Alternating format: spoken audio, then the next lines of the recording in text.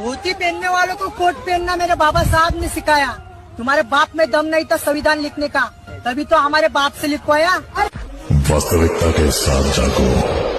आजादी मिली 15 अगस्त 1947 को, तो हमने हमारा संविधान बनाना शुरू किया और भारत का संविधान बनके तैयार हुआ 26 जनवरी 1950 को।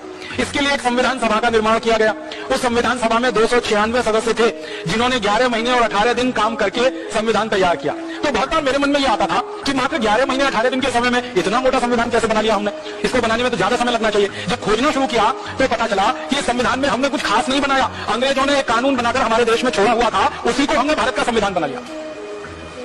अंग्रेजों का एक कानून था इस देश में 1935 में, उसका नाम था government of India act. Government of India act में जो कुछ लिखा था वही सब कुछ भारत के संविधान में है, कुछ बदला नहीं। और गवर्नमेंट ऑफ इंडिया एक्ट अंग्रेजों ने बनाया था भारत पर राज्य करने के लिए, भारत को गुलाम बनाने के लिए और भारत पर साम्राज्य स्थापित करने के लिए। उसी को पूरा का पूरा संविधान के रूप में हमने स्वीकार कर लिया। हमारे देश की संविधान सभा की जो ड्राफ्टिंग कमेटी थी, उसके चेयरमैन थे डॉक्टर भीमराव अम्बेडकर। उन्होंने 1953 में यह कहा राज्यसभा में बोलते हुए कि अगर मुझे कोई अनुमति दे दे तो मैं सबसे पहला व्यक्ति होऊंगा जो इस संविधान को जला दूंगा। ये बड़ी अच्छी बात कही आप।